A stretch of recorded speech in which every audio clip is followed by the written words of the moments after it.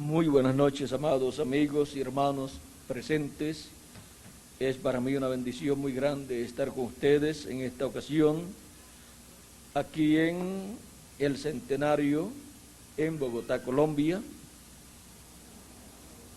Es realmente una bendición grande para mí siempre que estoy con ustedes, y en esta noche también es una bendición muy grande para mí.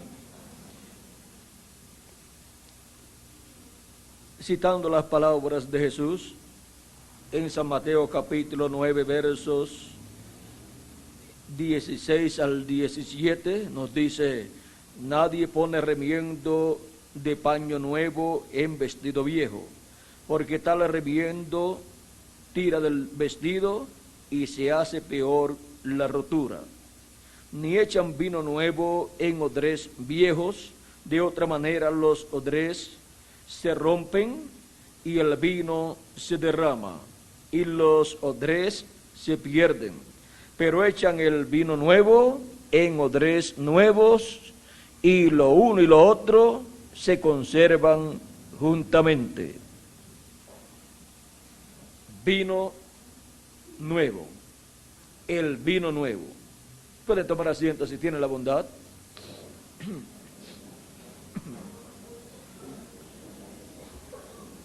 Cuando Cristo nos habla de vino nuevo, miren ustedes, nos recuerda el primer milagro que hizo Cristo,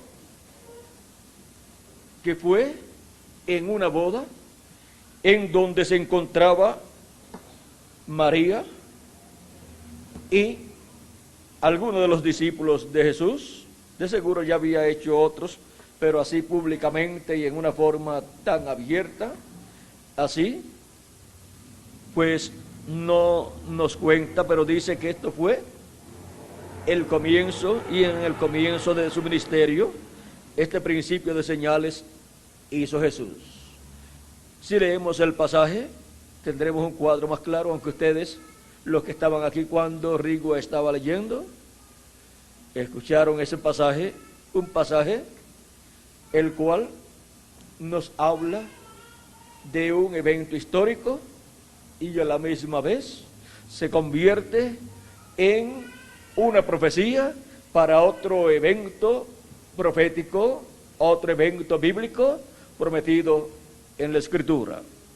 Dice: al tercer día se hicieron unas bodas en Caná de Galilea, o sea que era diríamos en el departamento donde vivía Jesús, porque la ciudad de Caná de Galilea y la ciudad de Nazaret pertenecían a Galilea. O sea, Nazaret de Galilea, Caná de Galilea y otras ciudades más. Así es que estaban en ese, diríamos, en ese departamento.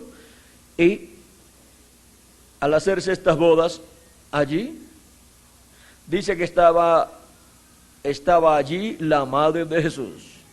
O sea que parece que eran o familiares, que son a los primeros que invitan en las bodas, o eran personas que tenían buena amistad con José y María, aunque José y María eran de otra ciudad.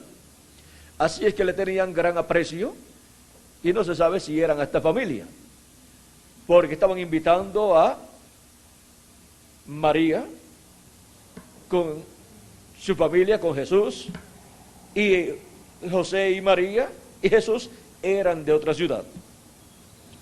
Así es que, de seguro, unos lazos o familiares o de una gran amistad había entre ellos. Y fueron también invitados a las bodas Jesús y sus discípulos. No Jesús solito, sino Jesús y sus discípulos. Y faltando el vino, la madre de Jesús dijo: no tienen vino. ¿A quién se lo dijo? A Jesús. Ella de seguro, por lo que se ve, miren, estaba enterada de todo lo que estaba pasando, así es que de seguro era una persona de mucha confianza ahí en ese hogar, para estar enterada de lo que está allí pasando. Y en una boda, pues, es un grave problema que sea en medio del pueblo hebreo, que usaban así vino. Nosotros diríamos, se acabó la gaseosa, y es más fácil de conseguir, pero el vino, pues, era más complicadito para conseguirlo. Y le dice, María seguida supo, así es que era de las que estaba por allá por la cocina también, era de las personas ahí de confianza, de seguro, pues también había trabajado para la preparación de esa boda, y estaba allí Jesús y sus discípulos también, como unos invitados de honor muy importantes, y María pues viene a donde Jesús, y faltando el vino, la madre de Jesús le dijo, no tienen vino, o sea, ya se acabó. Jesús le dijo, ¿qué tienes conmigo, mujer? Aún no ha venido mi hora. Cristo aquí le dice, no ha venido mi hora para yo estar haciendo pues estas cosas a un nivel, a tal nivel. Pues María ya sabía, pues si tenía a Jesús desde niñito, sabía que para Jesús no había ningún problema. Así es que ¿cuántas veces le resolvería un sinnúmero de problemas a María? ¿Cuántas cosas no haría Jesús desde niñito hasta llegar a los 29 años de edad cuando comenzó su ministerio? Pudo haber hecho un sinnúmero de cosas, pero fuera de la hora para la manifestación de ese ministerio. Y ahora ya Jesús aquí pues había comenzado su ministerio, pues ya había sido bautizado por Juan el Bautista, ya tenía algunos discípulos, y los primeros discípulos fueron discípulos de Juan el Bautista. Privilegio grande para Juan el Bautista que los primeros discípulos de Jesús fueran primeramente discípulos de Juan el Bautista. ¿Quiénes fueron los primeros discípulos de Jesús? ¿Cuántos saben? Andrés es uno, hermano de Pedro. ¿Y quién fue el otro? Juan el apóstol. Esos dos fueron los primeros discípulos de Jesús. Y miren en la forma en que vinieron a ser discípulos de Jesús. Cuando Juan ya había bautizado a Jesús y había hablado que vendría después de él otro más poderoso que él, pues Jesús apareció por donde estaba Juan predicando, y como hacían todos los que venían a Juan para ser bautizados, hizo también Jesús.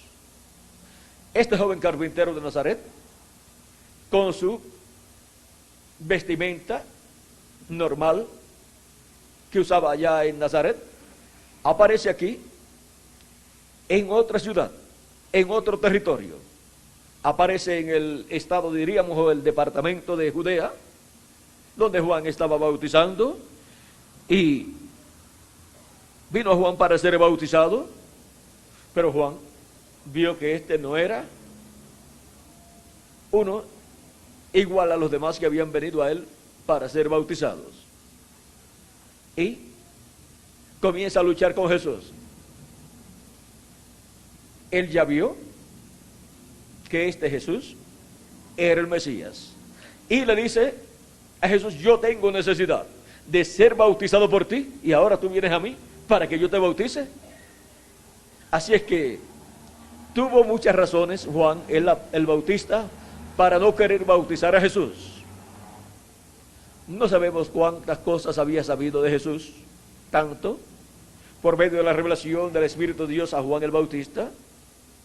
De seguro vio al Espíritu de Dios sobre Jesús, porque Juan dijo que Dios le había dicho, sobre aquel que tú veas al Espíritu Santo descender sobre él, ese es él. Ahora sabemos que cuando bautizó a Jesús, descendió el Espíritu Santo en forma de paloma, y Juan lo vio. Pero no sabemos si antes de eso también vio una señal, o ya había conocido o había visto a Jesús, o había sabido acerca de Jesús. Pues Jesús siempre iba a la sinagoga los sábados, y cuando en una ocasión, ya cuando había comenzado su ministerio, en San Lucas capítulo 4, se levantó a leer por ahí del verso 2 en adelante, se levantó a leer en la sinagoga, dice, se levantó a leer conforme a ¿qué? A su costumbre. O sea, que no fue la primera vez que había Cristo leído ahí las Escrituras, sino que era ya la costumbre de él estar allí los sábados, cuando vivía allí en Nazaret, y levantarse a leer las Escrituras. O sea que era, de seguro, uno de los jóvenes que ayudaba de vez en cuando, o en estos momentos así, al sacerdote que ya estaba, con la lectura de la Escritura. Porque alguien tenía que leer las Escrituras, y de seguro le daban esa oportunidad a Jesús, y de seguro la forma de Jesús leer a las Escrituras impactaba el corazón de las personas que allí asistían. Pero vean ustedes, Juan, a causa de que la madre de Juan el Bautista era Elizabeth, y María, vean ustedes, había dado a luz a Jesús. Por consiguiente, eran familia según la carne, o sea, eran familia por nacer a través de dos mujeres que eran, ¿qué? Parientas. No dice qué nivel de parentela tenían, si eran primas hermanas o eran primas segundas o así, pero si eran primas hermanas, pues ya la cosa pues estaba más cerca. Ahora, qué bendición tan grande para Juan ver que su primo era el hombre al cual él le estaba preparando el camino. Ahora no nos dice la Escritura si él lo conoció o no lo conoció, como el hijo de una pariente de su madre Elizabeth. No sabemos si ya se habían conocido, si antes de morir, si ya habían muerto los padres de Juan el Bautista. No sabemos si ya cuando Jesús ya estaba más grandecito y Juan también más grandecito. No se sabe si María volvió a visitar a su pariente o prima Elizabeth, y si la volvió a visitar, ya no llevaba el niño en el vientre, lo llevaba ya caminando, y Juan el Bautista también estaba caminando. Ahora, si Juan el Bautista saltó en el vientre de su madre cuando María saludó a Elizabeth, ¿cómo sería si se llegaron a ver cuando estaban niños? Ya saltaría de la alegría cada vez que veía a su primito. Y ahora cuando ve que el que se acerca es Jesús, Juan decía, yo no lo conozco, yo no sé quién será el que viene después de mí. Pero cuando ve que se acerca Jesús, y alguna señal él vio, no se sabe si antes de bautizarlo también vio al Espíritu de Dios en alguna forma dándole una señal o acompañando a Jesús. Así es que si él tuvo alguna señal antes, cuando vio a Jesús, y se había visto a Jesús antes de ese momento, y se habían visto como primos, como parientes, y ahora al ver que llega donde él está bautizando para ser bautizado, eso de seguro hizo saltar nuevamente el corazón de Juan el Bautista. Si no hizo saltar cuando estaba en el vientre de su madre, ¿cómo sería cuando lo vio llegar para ser bautizado por Juan el Bautista? Así es que Juan el Bautista sabía algo más de lo que está abierto aquí en la Escritura. Y la Escritura no dice lo que fue, pero vean ustedes, hay un sinnúmero de cosas que pudo ser lo que ocasionó que Juan le dijera a Jesús, yo tengo necesidad de ser bautizado por ti y tú vienes a mí para que yo te bautice. Jesús dijo a Juan, conviene que cumplamos toda justicia. Ahora ya Juan, sabiendo que si era el Cordero de Dios, Jesús, el Cordero tenía que ser lavado con agua conforme a la ley de Moisés. El Cordero que iba a ser sacrificado en la Pascua tenía que ser primeramente lavado. Y ahora Juan accede, pues sabe que ese es el Cordero de Dios. Lo bautiza y ve al Espíritu Santo descender en forma de paloma sobre Jesús. Y luego que Jesús se fue, encontramos algo muy importante. Vamos a ver aquí, capítulo 1 de San Juan. Vamos a ver versos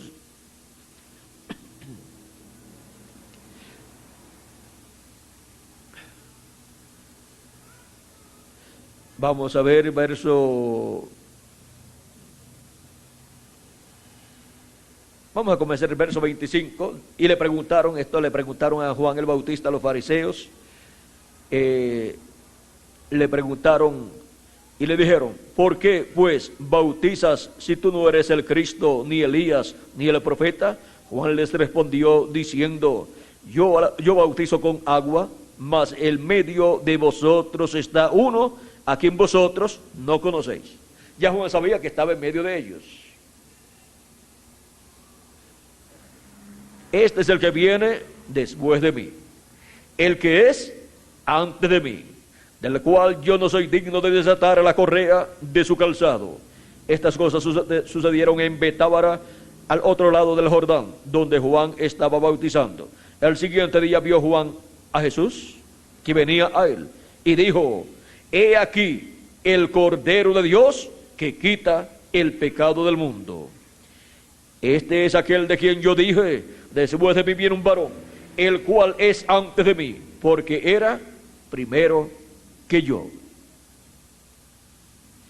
Y yo no le conocía. Ahora, Juan dice que no lo conocía. No lo conocía como el que vendría después de él. No sabemos si lo llegó a conocer como un familiar de él, pero nunca lo había conocido como el que vendría después de él. O sea que Juan el Bautista no sabía que Jesús era el Mesías hasta que vino Jesús a Juan para ser bautizado. Dice: yo no le conocía, mas para que fuese manifestado a Israel, por esto vine yo bautizando en agua. También dio Juan un testimonio diciendo: vi al Espíritu que descendía del cielo como paloma y permaneció sobre él. Yo no le conocía, pero el que me envió a bautizar con agua, aquel me dijo: sobre quien veas descender el Espíritu y que permanece sobre él, este es el que bautiza con Espíritu Santo. Y yo le vi y he dado testimonio de que este es el Hijo de Dios. Ahora miren ustedes, Juan el Bautista siendo hijo del sacerdote Zacarías y de Elizabeth, esposa del sacerdote Zacarías, y siendo Elizabeth pariente de María. De seguro Elizabeth le había contado la ocasión en que María, estando embarazada, vino a visitarla, y Elizabeth también estaba embarazada, y de seguro le había contado que cuando María vino a ella, cuando la saludó, Juan el Bautista brincó allá en el vientre de Elizabeth. De seguro toda esa historia la conocía Juan el Bautista, y de seguro conocía la historia de la aparición del arcángel Gabriel al sacerdote Zacarías. Así es que Juan el Bautista tenía un conocimiento de que él sería el precursor de la primera venida de Cristo, y que vendría con el espíritu y virtud del profeta Elías, y que sería la voz clamando en el desierto, de la cual habló Dios por medio de la profeta Isaías en el capítulo 40 y en otros lugares y en otras profecías que hablan de uno que clama en el desierto, como nos dice también San Mateo capítulo 3 y verso 3. Vean, Isaías en el capítulo 40 verso 3 fue que dijo que habría una voz clamando en el desierto. Ahora, cuando se dice una voz clamando en el desierto, pues tiene que ser un profeta con un mensaje, dando ese mensaje al pueblo de Dios. Ahora, Ven ustedes cómo Juan tenía un conocimiento de las cosas que iban a suceder. Y de seguro Elizabeth le dijo que María, su pariente, daría a luz un hijo, y ese sería Emanuel, porque cuando llegó María a donde Elizabeth, estando embarazadas ambas, con una diferencia de 6 meses, Juan el Bautista le llevaba 6 meses a Jesús, y vean ustedes, cuando Juan habló de Jesús, dijo, Él es primero que yo, y nació después de Jesús. Pero Jesús dijo en una ocasión, antes que Abraham fuera, yo soy. No solamente era antes que Juan, era antes que Abraham. ¿Y era antes que quién? Que Noé. Era antes que Enoc. Era antes que Adán también. Porque Él es el Melquisedec que le apareció a Abraham, el Elohim que le apareció a Abraham. Él es el creador de los cielos y de la tierra, el verbo que se hizo carne, y por el verbo fueron hechas todas las cosas, y el verbo era con Dios, y el verbo era Dios. Era nada menos que Emanuel, que traducido es Dios con nosotros. Por eso Elizabeth, cuando María la saludó y brincó el niño Juan en el vientre de su madre, en el vientre de su madre Elizabeth, Elizabeth dijo algo que no podemos pasar por alto. Vamos a ver qué fue. Él lo que dijo Elizabeth cuando María fue allá. Capítulo 1, versos 39 en adelante al 45 de San Lucas dice, en aquellos días, levantándose María, fue deprisa a la montaña, a una ciudad de Judá, y entró en casa de Zacarías y saludó a Elizabeth. Y aconteció que cuando oyó Elizabeth la salutación de María, la criatura saltó en su vientre, y Elizabeth fue llena del Espíritu Santo, y exclamó a gran voz, y dijo, bendita tú entre las mujeres, y bendito el fruto de tu vientre. ¿Por qué se me concede esto a mí? Que la madre de mi Señor venga a mí. O sea que Elizabeth supo que por medio de María vendría el Señor. Miren qué revelación tan grande tenía Elizabeth. Y de seguro Juan, el sacerdote Zacarías, le contó a Elizabeth todo lo que el ángel le había contado. Y de seguro Elizabeth le contó al sacerdote Zacarías todo lo que le pudo haber revelado Dios a ella. Dice, ¿por qué se me concede esto a mí? Que la madre de mi Señor venga a mí, porque tan pronto como llegó la voz de tu salutación a mis oídos, la criatura saltó de alegría en mi vientre. Y bienaventurada la que creyó, porque se cumplirá lo que le fue dicho de parte del Señor. Y de ahí en adelante se sigue diciendo todo lo que fue hablado. Vean, María también habló, inspirada por el Espíritu de Dios, dijo. Entonces María dijo, engrandece mi alma al Señor. Engrandece mi alma al Señor. Y mi espíritu se regocija en Dios, mi Salvador, porque ha mirado la bajeza de su sierva. Pues he aquí, desde ahora me dirán bienaventurada todas las generaciones, porque me ha hecho grandes cosas el poderoso. Santo es su nombre, y su misericordia es de generación en generación a los que le temen. Hizo proezas con su brazo, esparció a los soberbios en el pensamiento de sus corazones. O sea, que miren dónde esparció a los soberbios, allá en el pensamiento del corazón de ellos, y andan vagando pensando que vienen del mono. Y luego dicen, no puede ser del mono, tiene que ser ya, del mono, pero más avanzadito, como el chimpancé, que está no tan chiquitito como los monitos de chiquititos. Y siguen así pensando y no descubren de dónde vienen, ni saben dónde están. Dicen, estamos en el planeta Tierra, pero no saben dónde están en realidad, ni para qué están aquí. Y luego tampoco saben hacia dónde van. Tratan de irse para la Luna o para otro planeta, pero cuando se mueren no saben ni para dónde van. Porque Dios los esparció en el pensamiento de sus propios corazones. Quitó de los tronos a los poderosos y exaltó a los humildes.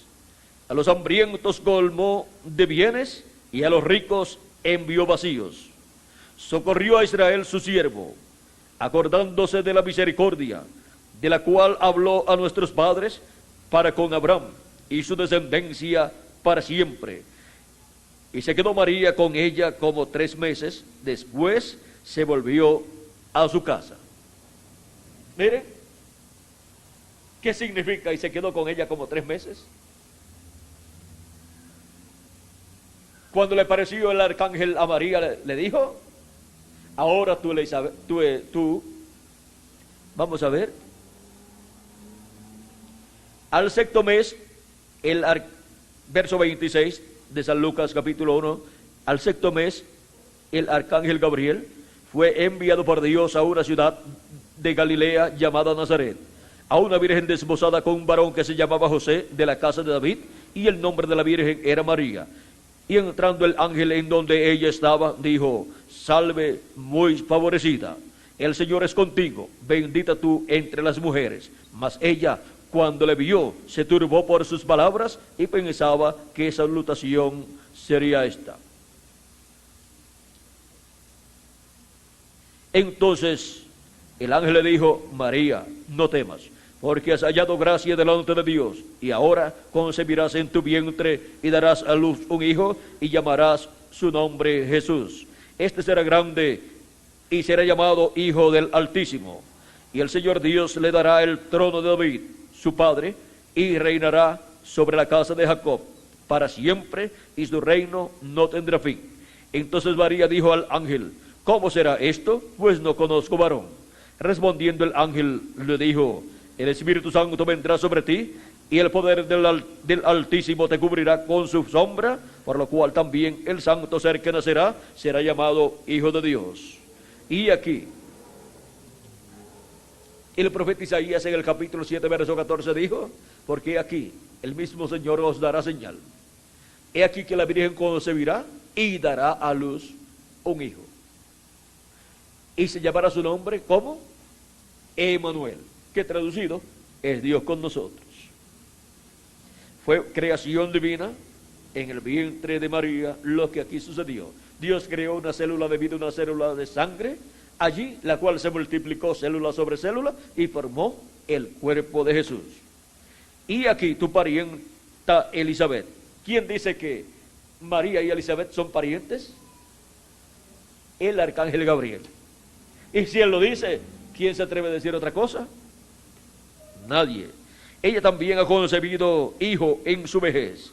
Y este es el sexto mes para ella, la que llamaban estéril. Pero Dios le tenía una bendición muy grande.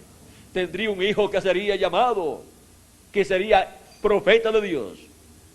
Un hijo grande, o sea, grande delante de Dios.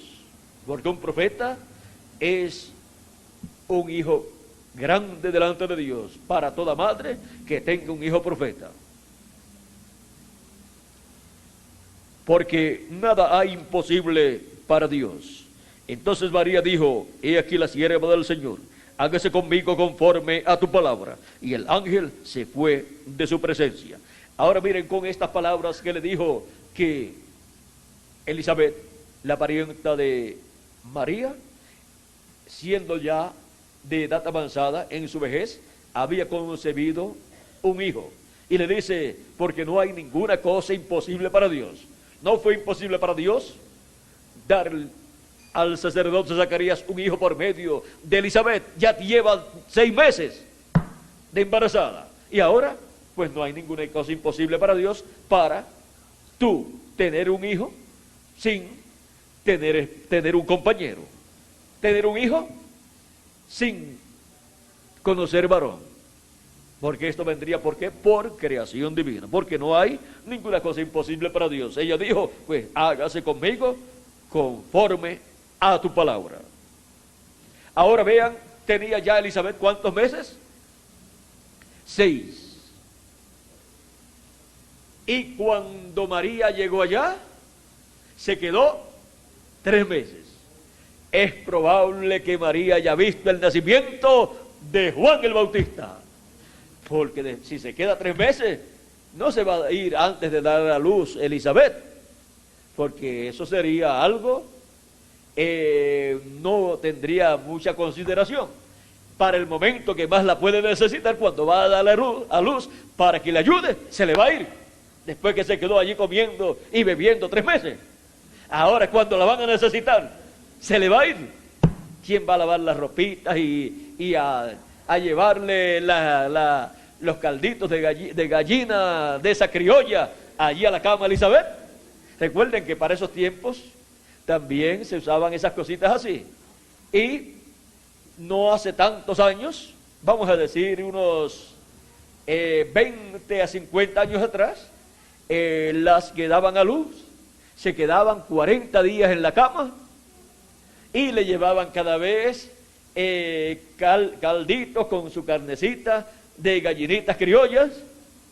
Ahora no se quedan tanto tiempo, el mismo día salen de la cama y ya en esa misma semana ya están caminando para donde quiera. Parece que ya no le llevan esos calditos de gallina, porque con esos calditos así cualquiera se quedaba en la cama para coger fuerzas y alimentarse bien, pero ya pues no acostumbran mucho eso.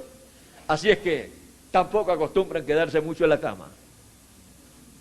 Bueno, ahora vean ustedes cómo ya el niño Juan, de seguro estaba nacido cuando ya Elizabeth, cuando ya María regresó a Nazaret.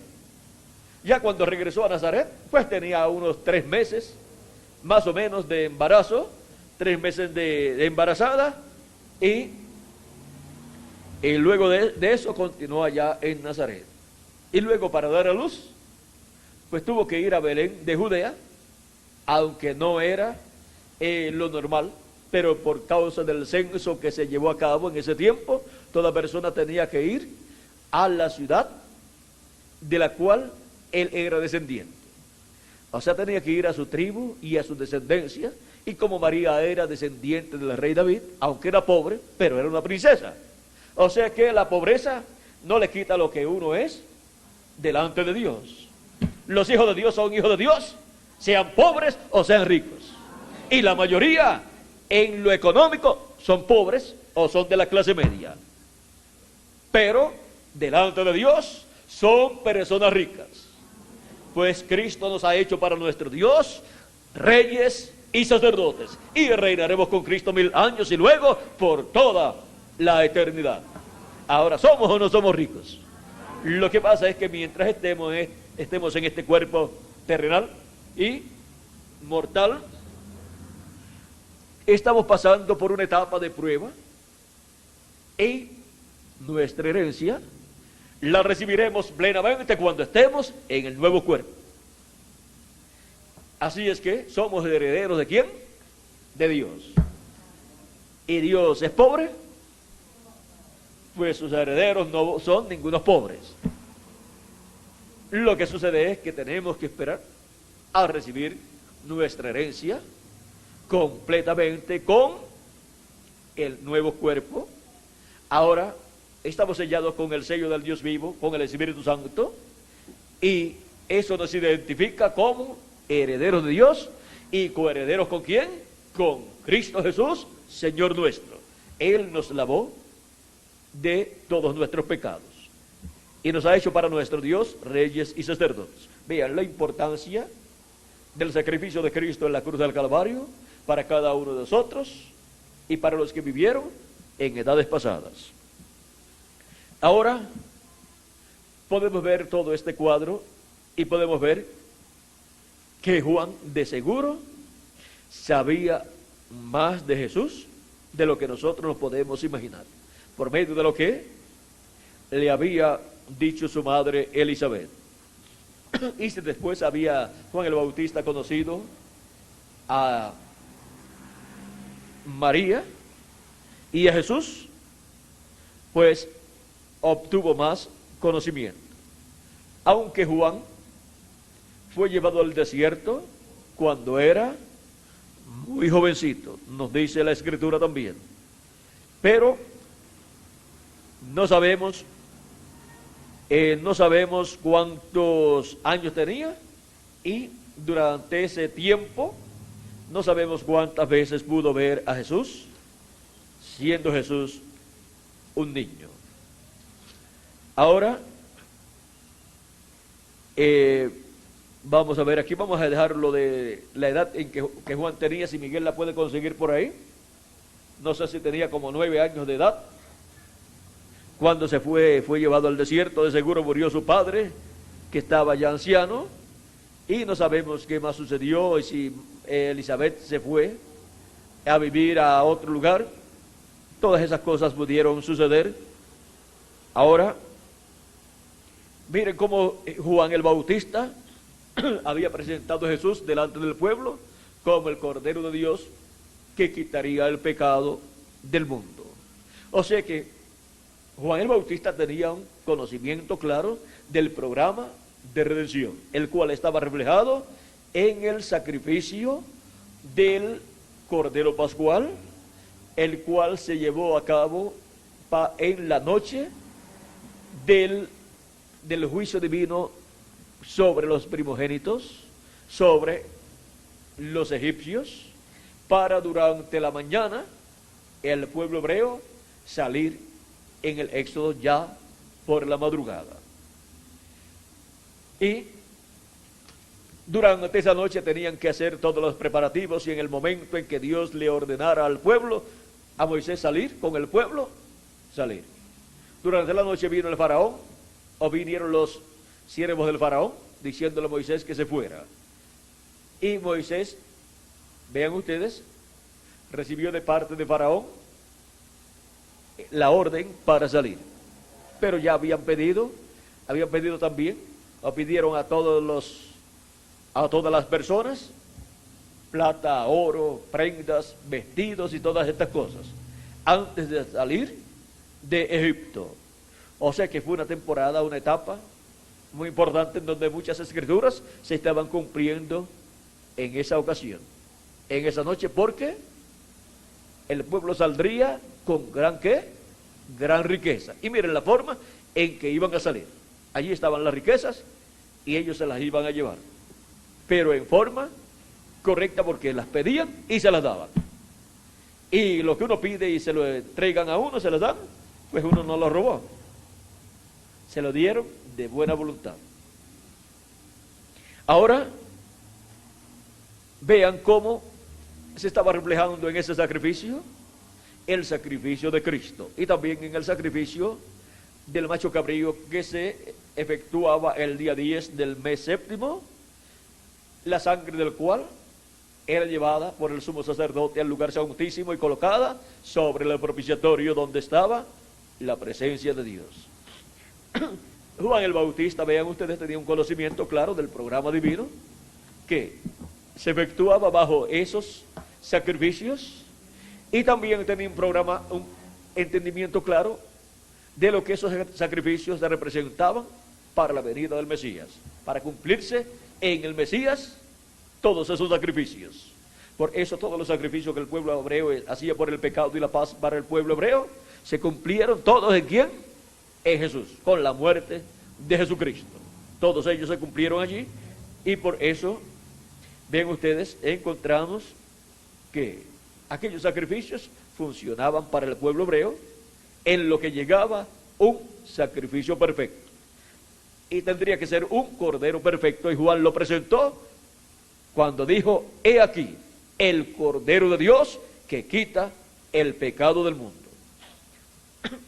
Juan, vean ustedes, y Jesús eran casi de la misma edad en cuanto a la carne. Juan le llevaba unos 6 meses a Jesús. O sea que habían ocasiones en que tenían la misma edad.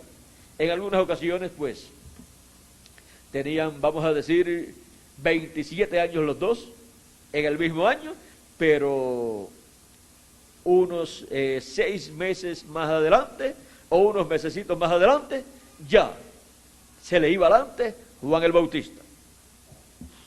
Ahora, Jesús, siendo menor en edad en cuanto a su cuerpo físico, Juan dice que era mayor que él en cuanto a quién era el que estaba dentro de Jesús. El que estaba dentro de Jesús era primero que Juan, era primero que el alma de Juan y que el espíritu de Juan, y era primero que el cuerpo físico de Juan el Bautista, porque el que estaba dentro de Jesús era el verbo que se hizo carne y habitó entre los seres humanos. Ahora, ese era el mismo Jehová del Antiguo Testamento. Y ahora, ven ustedes, Jesús, luego de ser bautizado, Juan lo identifica como aquel que vendría después de él. Y dice que vio al Espíritu Santo descender sobre él en forma de paloma. Esa fue la señal que Dios le había dado para identificar Juan el Bautista al Mesías para el pueblo hebreo. Así es que para Juan fue un privilegio y una bendición y motivo de alegría que su pariente, diríamos su primo, fuera el ungido de Dios, el Mesías, el Cristo, para cumplir la primera venida del Mesías como Cordero de Dios en medio del pueblo hebreo y llevar a cabo el sacrificio por el pecado, para limpiarnos de todo pecado. Ahora, los discípulos de Juan, en esta ocasión, los discípulos de Juan el Bautista, o 2 discípulos de Juan el Bautista, que eran Andrés y Juan el Apóstol, estaban con Juan, y cuando Juan el Bautista dijo: he aquí el Cordero de Dios, eso fue el segundo día el segundo día, luego de haber dicho primeramente estas cosas acerca de Jesús, diciendo: he aquí el Cordero de Dios que quita el pecado del mundo. Luego el otro día Juan el Bautista vio que Jesús venía. Al siguiente día dice que estaba Juan con 2 discípulos, y mirando a Jesús que andaba por allí, o sea que estaba en las actividades de Juan. Quizás en ese momento pues hubo un receso, o no había llegado la gente todavía para escuchar, para comenzar la actividad y escuchar a Juan predicando. Y Jesús pues está caminando por allí, y Juan está con 2 de sus discípulos, y cuando lo ve que Jesús, ve que es el mismo que había bautizado, ve que es el mismo en el cual había y sobre el cual había visto la señal del Espíritu Santo en forma de paloma descender. Y dice a sus 2 discípulos: he ahí el Cordero de Dios. Y cuando los discípulos escuchan eso y miran y ven a Jesús, miren, un precursor es ¿para qué? Para prepararle el camino al que viene después de él, para que la gente que es preparada para esperar y recibir al precursado, ¿qué hagan? Cuando ven al precursado, sigan al precursado. Y Andrés y Juan el Apóstol, cuando lo vieron, se fueron con Jesús y dejaron a Juan.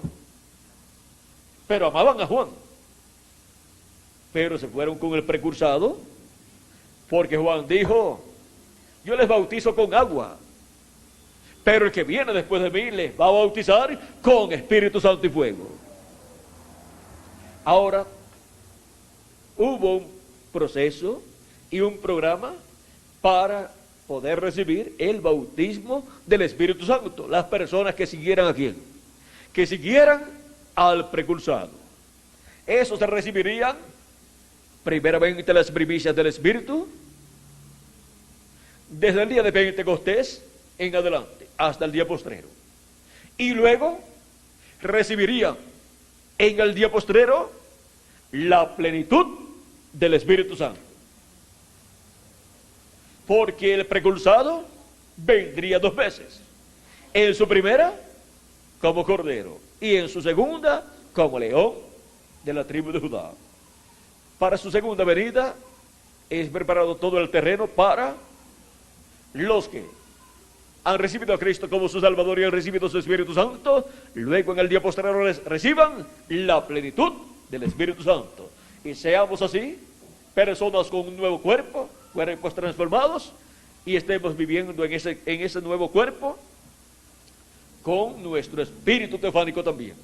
El que recibimos cuando hemos creído en Cristo y hemos recibido el Espíritu de Jesucristo, por lo cual hemos entrado al reino de Dios, hemos entrado al cuerpo místico de Cristo, que es su iglesia. Ahora, vean qué cuadro más hermoso nos presenta la Escritura en el tiempo de Juan el Bautista y de Jesús, y cómo aquellos discípulos de Juan siguieron a Jesús. Pero no todos los discípulos de Juan siguieron a Jesús, solamente una parte.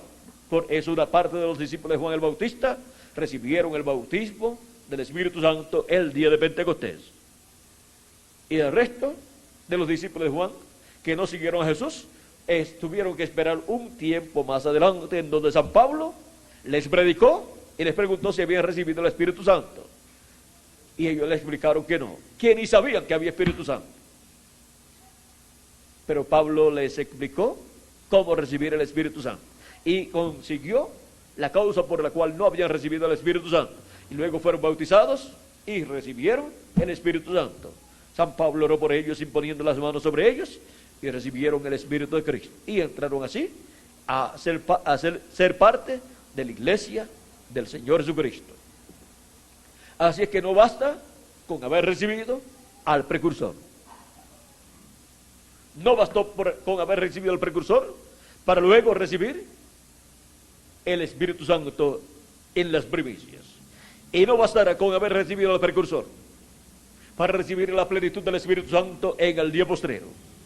Así como se requería recibir luego al precursado, creer en él y en la obra de redención que llevó a cabo para recibir el Espíritu Santo, se requiere en el día postrero creer en el precursor y en la obra de reclamo que él estará haciendo en el día postrero.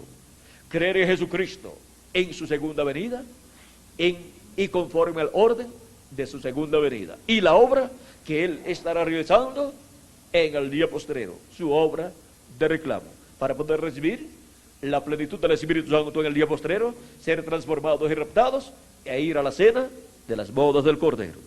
Bueno, se nos está pasando, Miguel, el tiempo aquí.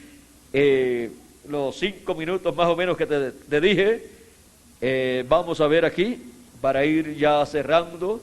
Hemos estado hablando también de el vino nuevo. Miren, no se echa vino nuevo en odres viejos, porque el vino nuevo, ¿qué pasa? Fermenta, se va curando y rompe esos cueros viejos que ya están estirados. Ya esos cueros viejos fueron estirados por el vino que tenían primero. Y ahora si le echan vino nuevo, cuando le da el otro estirón, ya no tiene flexibilidad. Son inflexibles. ¿Y qué sucede? Pues se rompen. Y aunque los cueros viejos o el odrés viejo ya pues no se quiere, no hace falta, porque ya no sirve para más nada. Sin embargo, el vino nuevo sí tiene valor. Por lo tanto, el vino nuevo hay que echarlo en un odrés nuevo. De edad en edad, Cristo ha estado dando vino nuevo y colocándolo en odrés nuevo. En una edad nueva, Cristo ha colocado vino nuevo. La revelación de la palabra produce el vino nuevo, el estímulo nuevo.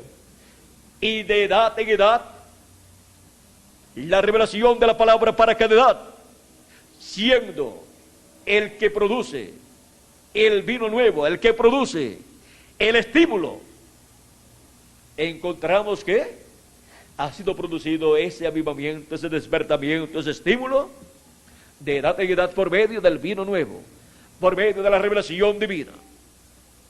Por medio de esa revelación divina para cada edad, ha venido el estímulo, ha venido el vino nuevo, ha venido el avivamiento de cada edad. Por medio de la revelación divina dada por medio del Espíritu Santo a través del ángel mensajero de cada edad. Y ahora para el día postrero, la iglesia del Señor Jesucristo se encontraría como estaban en las bodas de Caná. Se acabó el vino, se acabó la revelación divina, el estímulo causado por la revelación divina de cada edad de la iglesia gentil. Porque ya las 7 edades terminaron. Por lo tanto, el estímulo causado por la revelación divina del mensaje de cada edad terminó. Y ahora no hay vino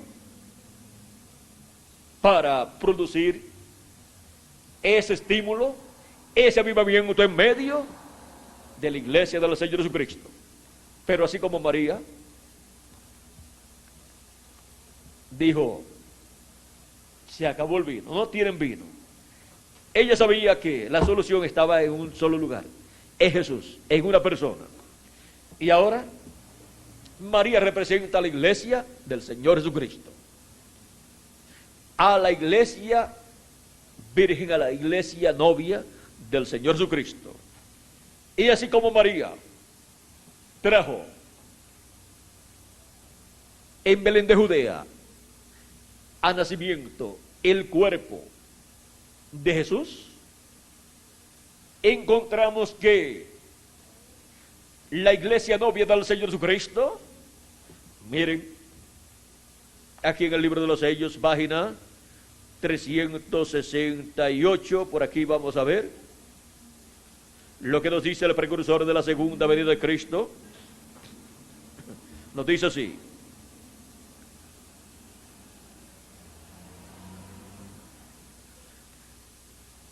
por eso nosotros también estamos en angustias. La novia está en angustia para dar a luz a Cristo Jesús. Así como ¿quién? Como María dio a luz a Cristo, el velo de carne, el cuerpo, donde habitó Dios. Ahora la novia está en angustia para dar a luz a Cristo Jesús. Así como María dio a luz el velo de carne, donde se cumplió la primera venida de Cristo. Ahora la novia de Cristo está en angustia para dar a luz a Cristo Jesús, para dar a luz que la segunda venida de Cristo, porque esta novia de Cristo, que es su iglesia redimida por su sangre preciosa, es la que tendrá en su medio el cumplimiento de la segunda venida de Cristo en carne humana. Todo está en angustia, gimiendo, porque algo está a punto de acontecer. Y este sexto sello da lugar a todo eso. Vean, el sexto sello da lugar a todo eso, hasta el nacimiento, o venida, o cumplimiento de su venida. Ahora veamos también en la página 230, porque si la novia da a luz a Cristo para el día postrero, pues el precursor dijo para su tiempo que estaba ¿en qué? En angustia, en un lugar, en otros lugares dice que está embarazada por la palabra creadora de Dios, que vino por medio de su séptimo ángel mensajero. Así como Dios envió a María al arcángel Gabriel, ahora para el día postrero, vean ustedes, o para el tiempo final, envió al precursor de la segunda venida de Cristo con la palabra que colocaría en el vientre de la iglesia, en el interior, o sea, en medio de la iglesia novia, y luego tendría que producir esa iglesia novia, tendría que producir la segunda venida de Cristo, tenía que dar a luz la segunda venida de Cristo. Ahora, si Cristo en el cumplimiento de su segunda venida es manifestado en medio de su iglesia, cuando ya se ha acabado el vino, que es el que produce el estímulo, o sea, el que produce el avivamiento. Y ahora han transcurrido ya las 7 etapas o edades de la iglesia gentil, pero hay una nueva edad, la edad de la piedra angular. Y hay una nueva dispensación, la dispensación del reino. Es ahí donde Cristo entonces tiene que comenzar a manifestar su gloria, como hizo aquí Jesús. Vamos a ver. Este principio de señales hizo Jesús en Caná de Galilea y manifestó su gloria y sus discípulos creyeron en él. ¿Cuándo qué? Cuando multiplicó o cuando convirtió el agua en vino. Tenemos mucha palabra profética señalada en la Escritura y en los mensajes del precursor de la segunda venida de Cristo. Mucha palabra profética para ser cumplida en el día postrero.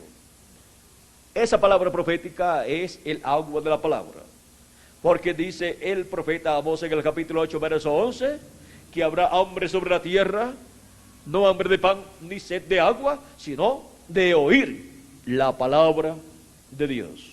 La palabra de Dios que sale de la boca de Dios, o sea, que sale del mensajero de Dios para la edad correspondiente. Ahora, para el tiempo postrero, para el tiempo final, hay hambre sobre la tierra, de oír la palabra de Dios correspondiente a este tiempo final por medio del mensajero del día postrero. De eso es que hay hambre en este tiempo final. Hay hambre y sed de oír esa palabra. Y ahora, por medio de toda profecía correspondiente a este tiempo final para la segunda venida de Cristo, encontramos que Cristo, tomando esa palabra prometida y revelando esa palabra, traerá el avivamiento, el estímulo que necesitan los escogidos de Dios en este día postrero, en la edad de la piedra angular y dispensación del reino. Ahora, miren aquí,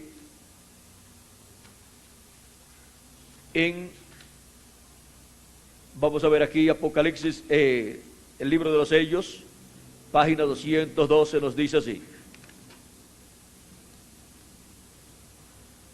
y esa es la misma razón por qué los avivamientos que debemos tener hoy, ahora no hemos tenido avivamientos,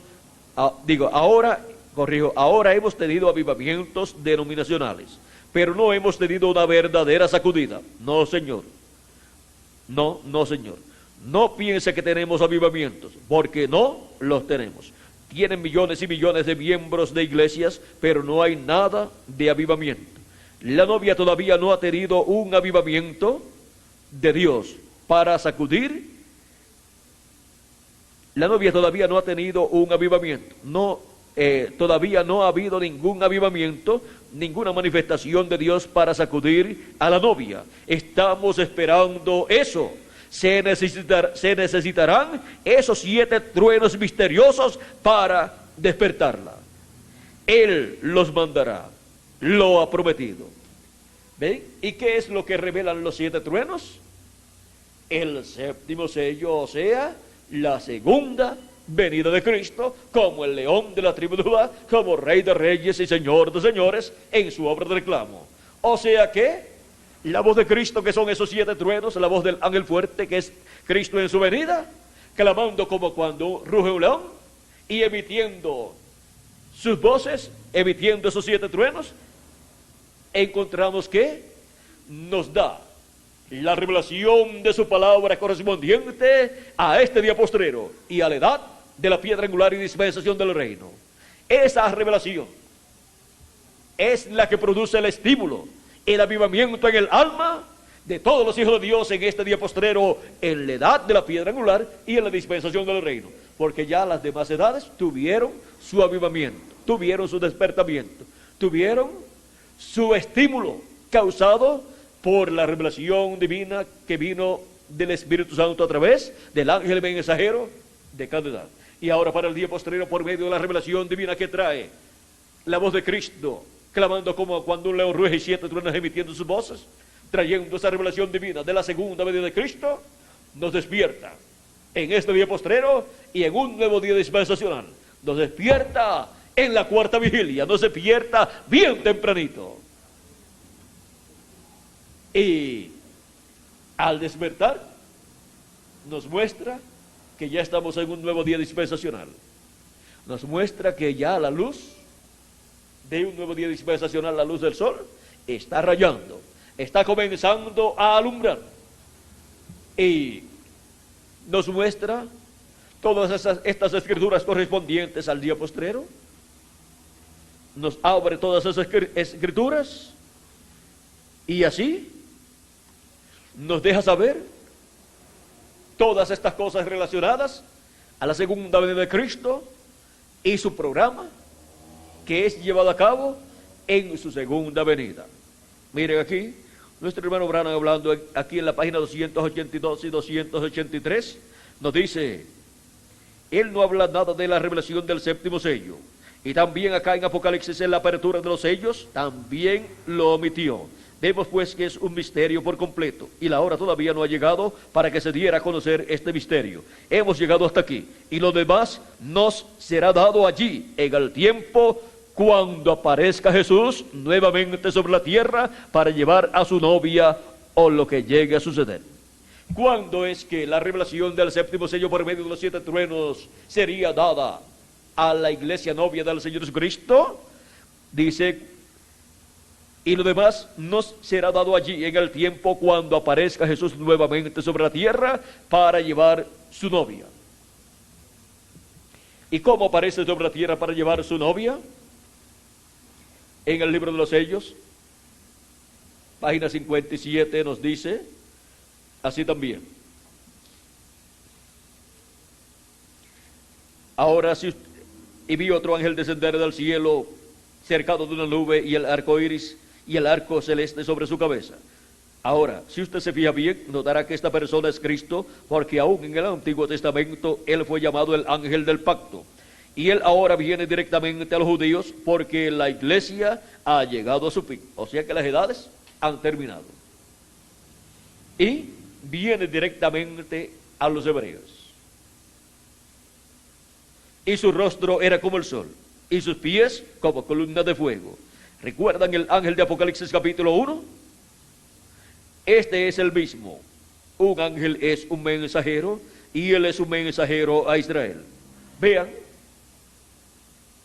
cómo desciende el mensajero a Israel. ¿Ve usted? La iglesia está a punto de ser raptada. Él viene por su iglesia. ¿Para qué tiempo es que ha revelado el misterio del séptimo sello, el misterio de la segunda venida de Cristo? Para el tiempo en que aparezca Jesús sobre la tierra. ¿Para qué? Para llevarse a su iglesia. Y ahora aquí, desciende del cielo y desciende a la tierra. ¿Para qué? Para llevarse a su iglesia. Él viene ¿por quién? Por su iglesia. Pero es el mensajero Israel. Es el ángel del pacto, el ángel de Jehová, el que viene. Y con la iglesia tiene que dar a luz a Cristo, porque para el tiempo de nuestro hermano Branham dice que estaba con dolores de parto para dar a luz a Cristo. Por lo tanto, tiene que dar a luz la segunda venida de Cristo. Y ahora, ven ustedes, en la página 469, cuando fue tomada la foto de la nube misteriosa que era formada por los 7 ángeles mensajeros de las 7 edades y el ángel que era muy diferente a los demás. Mire lo que dice el precursor de la segunda venida aquí. Página 469 del libro de los sellos dice: y notaron que dije que uno de esos ángeles era muy raro, me pareció muy distinto a los demás. Estaban en una constelación con 3 a cada lado y uno arriba. Y el que estaba a mi lado, ahora dice, y el que estaba a mi lado, por lo tanto él estaba allá también. El precursor estaba allá. Y el que estaba a mi lado, contando desde la izquierda hacia la derecha, ese sería el 7º ángel. Él era más brillante y significaba más para mí que los demás. Les dije que tenía el pecho así robusto y estaba volando hacia el oriente. Les dije también que me levantó, me alzó. Ese fue el que se lo llevó. ¿Recuerdan? Ahora aquí está. Era el que tenía el 7º sello. Lo cual he mantenido como una pregunta en mi mente toda mi vida. Los otros sellos significaron mucho para mí, desde luego, pero ustedes no se imaginan lo que ha significado este 7º sello. Y para nosotros, la gente no se imagina lo que ha significado para nosotros ese 7º sello, ese 7º ángel de los 7 que le aparecieron a nuestro hermano Branham. Pero siempre que uno cuenta, o personas, o cuenta alguna otra cosa, pero si cuenta personas, vean ustedes, si cualquiera de ustedes se levanta y cuenta a todas las personas que están aquí, y digamos que hay aquí, que ustedes cuentan y ustedes dicen hay, número exacto dicen hay, vamos a decir, hay 799 personas. Un número por decir algún número. Yo le digo a la persona, hay 800 personas. Se equivocó por uno, por una causa. ¿Por qué? Porque no se contó él. Él contó a todo el mundo y no se incluyó. Y aquí es lo mismo que sucede con nuestro hermano Branham. Él dice que él vio 7 ángeles mensajeros y uno de ellos, el 7º, era muy diferente a los demás. Esto porque no es un mensajero común, es un mensajero que, así como los 7 ángeles mensajeros de las 7 edades, para tener sus ministerios aquí tuvieron que venir en carne humana, en el velo de carne que Dios les dio, el cual nació por medio de una mujer. Ahora, para este otro ángel tener su ministerio aquí en la tierra en el día postrero, tiene que tener un velo de carne aquí en la tierra, porque ellos están aquí en esta nube, en sus cuerpos teofánicos. Y ahora tiene que manifestarse en carne humana para el cumplimiento de la venida del 7º sello, o sea, para el cumplimiento de la venida de Cristo como el león de la tribu de Judá, como Rey de Reyes y Señor de Señores en su obra de reclamo. Y esta revelación, ¿quién dice nuestro hermano Branham que la traerá? Dice, cuando aparezca Cristo aquí en la tierra. ¿Cómo aparecerá? Aparecerá este ángel que era muy diferente a los demás, velado en carne humana, manifestado en carne humana. Y por medio de ese velo de carne, Él estará dándonos a conocer todas estas cosas que deben suceder pronto, de las cuales Cristo en Apocalipsis capítulo 4 dijo, sube acá y yo te mostraré las cosas que han de suceder después de estas. Y luego en Apocalipsis capítulo 22 verso 6 dice, y me dijo, estas palabras son fieles y verdaderas, y el Señor, el Dios de los espíritus de los profetas, ha enviado su ángel para manifestar a sus siervos las cosas que deben suceder pronto. ¿Por qué? Porque por medio de su ángel mensajero, el ángel mensajero de Jesucristo, es que este ángel que era muy diferente a los demás, el cual tiene el 7º sello, el cual es Cristo, se vela en carne humana y se revela por medio de su ángel mensajero y nos da a conocer todas estas cosas que deben suceder pronto. Y el agua de la palabra profética correspondiente al día postrero, que la tenemos en el Antiguo Testamento y el Nuevo Testamento, y en los mensajes del precursor de la segunda venida de Cristo, el reverendo William Marion Branham, toma toda esa palabra profética que no estaba abierta y la convierte en estímulo, trae el avivamiento, el despertamiento espiritual para los escogidos de Dios del día postrero en una nueva edad, la edad de la piedra angular, y en una nueva dispensación, la dispensación del reino. toma toda esa escritura o todas esas escrituras y las abre, las revela, y así convierte el agua en vino para todos nosotros en este día postrero, y así nos da el despertamiento, el avivamiento del día postrero, el estímulo del día postrero para la iglesia del Señor Jesucristo en la edad de la piedra angular y dispensación del reino, para así tener la fe, la revelación de la segunda venida de Cristo, para ser transformados y raptados. Y así es que la iglesia novia del Señor Jesucristo en el día postrero estaría estimulada por medio de la revelación de los 7 truenos, dándonos a conocer el misterio de la segunda venida de Cristo en el día postrero, en y a su iglesia, para así despertar a su iglesia y estar en el avivamiento más grande, en donde Él nos da vida y vida eterna.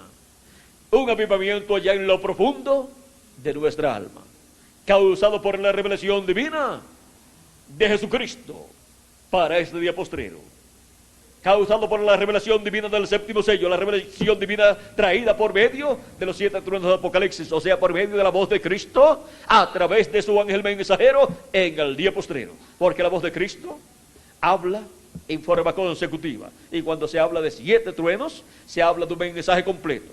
Él en las edades habló de edad en edad a través de un ángel mensajero, y hubo una pausa, un lapso de tiempo, y luego volvió a hablar. Pero aquí, en el día posterior a la edad de la piedra angular y dispensación del reino, habla en forma consecutiva por medio de su ángel mensajero, sin cambiar ese instrumento en ningún momento. O sea que habla durante la edad de la piedra angular por medio de su ángel mensajero, y no hay cambio de mensajeros. Todo el evangelio del reino, vean ustedes, sería predicado por medio del ángel mensajero de Jesucristo. Pero miren, el mensaje del evangelio de la gracia lo predicó San Pablo, luego lo predicó Ireneo en la segunda edad, luego lo predicó Martín en la tercera edad, luego lo predicó Colombo en la cuarta edad, luego lo predicó Lutero en la quinta edad, luego lo predicó Wesley en la sexta edad, luego lo predicó el reverendo William Marion Branham en la séptima edad. ¿Ve? Pero el evangelio del reino es predicado en forma consecutiva por un solo ángel mensajero, que es el ángel del Señor Jesucristo.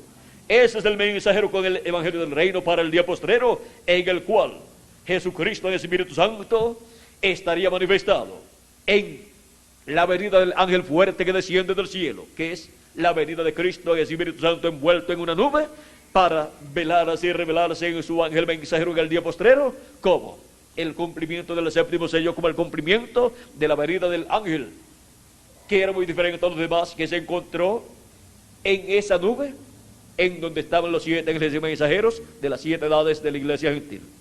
Y ahora, vean ustedes lo que es el avivamiento, el estímulo de la edad de la piedra angular y dispensación del reino, causado por la revelación de la segunda venida de Cristo, la revelación de la palabra para nuestro tiempo, la revelación contenida en el mensaje del evangelio del reino para todos los escogidos de Dios en este día postrero.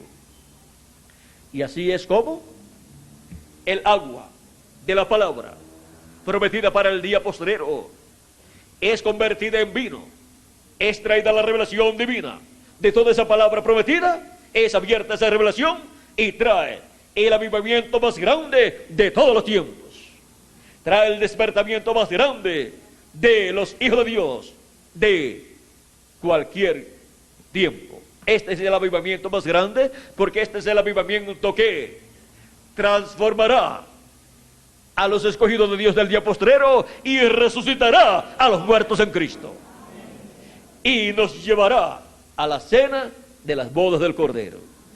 Ahora podemos ver el agua convertida en vino. Podemos ver el vino nuevo, el estímulo nuevo causado por la revelación de la palabra prometida para este día postrero, en la edad de la piedra angular y dispensación del reino. Ahora podemos ver, vean ustedes, nuestro hermano Branham dice en el mensaje de los 7 sellos, nos dice que el vino nuevo es el estímulo por la revelación de la palabra del momento. Vamos a leer en la página 228 para así no leer mucho. Dice: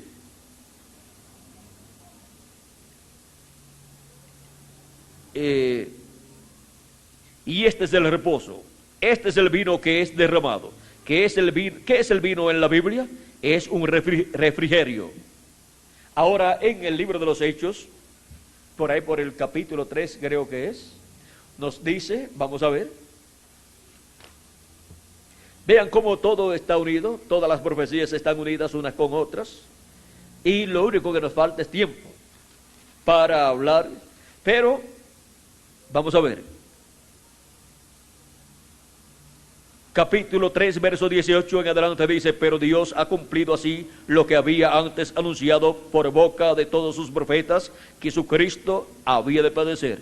Así que, este es Pedro predicando, así que arrepentíos y convertíos para que sean borrados vuestros pecados, para que vengan de la presencia del Señor tiempos de refrigerio. Y Él envía a Jesucristo, que os fue antes anunciado. Aquí en desierto es necesario que el cielo reciba hasta los tiempos de la restauración de todas las cosas, de que habló Dios por boca de sus santos profetas, que han sido desde tiempo antiguo.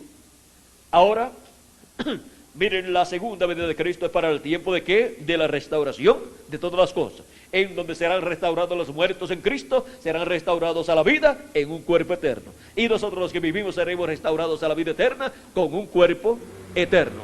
Y todos los derechos que habíamos perdido con la caída de Adán serán restaurados a todos nosotros. A todos los primogénitos de Dios les serán restaurados todos los derechos. Y ahora continuamos leyendo aquí en la página 228 del libro de los sellos. Sigue diciendo: ¿qué es un refrigerio? ¿Qué es el vino en la Biblia? Es un refrigerio. Este es el refrigerio que viene de la presencia del Señor. Tiene que ser escritural. Entonces usted puede ver que el vino representa el estímulo de la revelación. Y cuando el Espíritu Santo fue derramado, ahí vieron el fuego de Dios caer sobre ellos. Eso les comenzó a estimular, y de repente fueron tan estimulados que la gente en la calle creyó que estaban borrachos, pero más bien estaban estimulados por la revelación. Eso fue el día de Pentecostés. Aquí está, la revelación vindicada por Dios les fue mostrada claramente, y por eso estaban tan contentos. Dios se los prometió, y allí lo tenían revelado y vindicado, o sea, cumplido. Amén. Allí estaba el hombre diciendo: esto es aquello. O sea, Pedro era el que hablaba. Esto es. Y allí estaba siendo vindicado por medio de la misma señal. Fue el estímulo por la revelación. Y ellos lo tuvieron. Y en la página 229 nos dice: hay gozo en mi corazón cuando veo su promesa en este último día cumplida claramente, como prometió hacerlo, y lo veo vindicado y hecho perfectamente bien. Si usted me oye decir: me siento religioso, pues eso es lo que sucede. El estímulo es tanto que por poco me comporto anormalmente. Es el estímulo de la revelación. Ahora hemos visto lo que es el vino nuevo.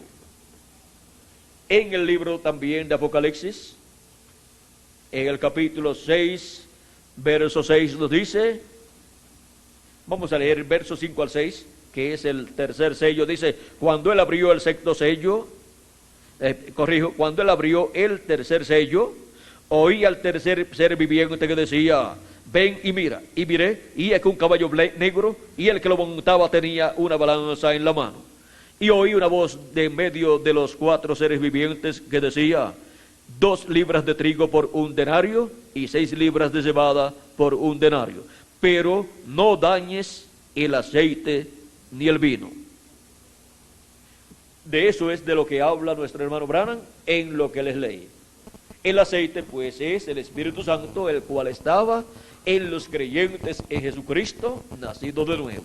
Y el estímulo, o la revelación, o el vino, es el estímulo que ellos tenían. Era el avivamiento que ellos tenían, el despertamiento espiritual que ellos tenían, por medio de la revelación de Dios para esa edad.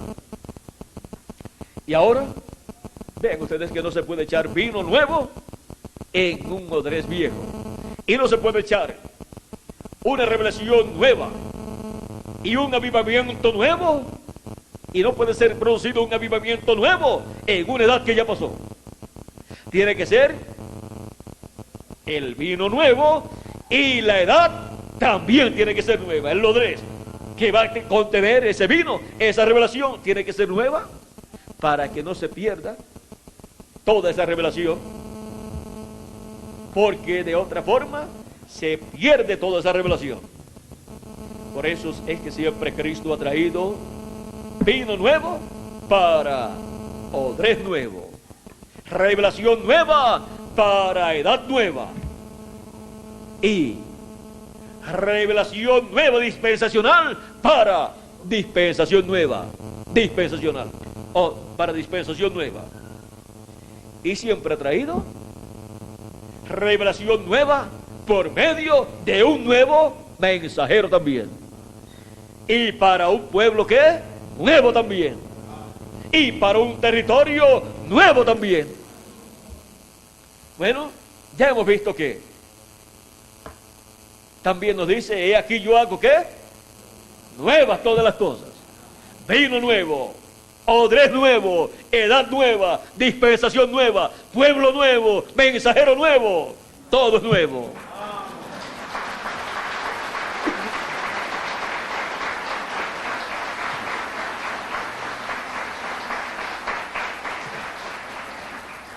Y por ahí viene algo nuevo, un cuerpo nuevo también, para cada uno de ustedes que está con vino nuevo, con revelación nueva, la revelación para la edad de la piedra angular y dispensación del reino, la revelación del misterio del séptimo sello, la revelación de la segunda venida de Cristo como el león de la tribu de Judá, como rey de reyes y señor de señores en su obra de reclamo. Mensaje nuevo, el mensaje del evangelio del reino para todos los hijos e hijas de Dios, para pronto recibir el cuerpo nuevo que Él ha prometido para cada uno de ustedes y para mí también, y para los muertos en Cristo que están esperando en el paraíso. El vino nuevo. Miren todo lo que podemos ver bajo este tema, el vino nuevo. Ha sido para mí un privilegio muy grande estar con ustedes en esta noche dándoles testimonio del vino nuevo y darles testimonio que ese gozo y alegría, ese avivamiento espiritual que ustedes tienen en el alma, es el producto de la revelación nueva, de la revelación de Jesucristo, la revelación del séptimo sello, la revelación que traen los 7 truenos de Apocalipsis, que son la revelación de la boca de Jesucristo, la revelación de Jesucristo como el león de la tribu de Judá. Eso es lo que ha producido ese estímulo, eso es lo que ha producido ese despertamiento espiritual en nuestras almas en este día postrero, en la edad de la piedra angular y en la dispensación del reino. Y eso es el vino nuevo para todos nosotros, produciendo ese despertamiento, ese avivamiento, ese estímulo espiritual en lo profundo de nuestras almas. Que Dios le continúe bendiciendo, que Dios le guarde. Muchas gracias por vuestra amable atención y pasen todos muy buenas noches. Con nosotros nuevamente Miguel Bermúdez Marín para finalizar nuestra parte dándole gracias a Dios por sus bendiciones que Él nos ha dado en esta noche. Que Dios les continúe bendiciendo a todos.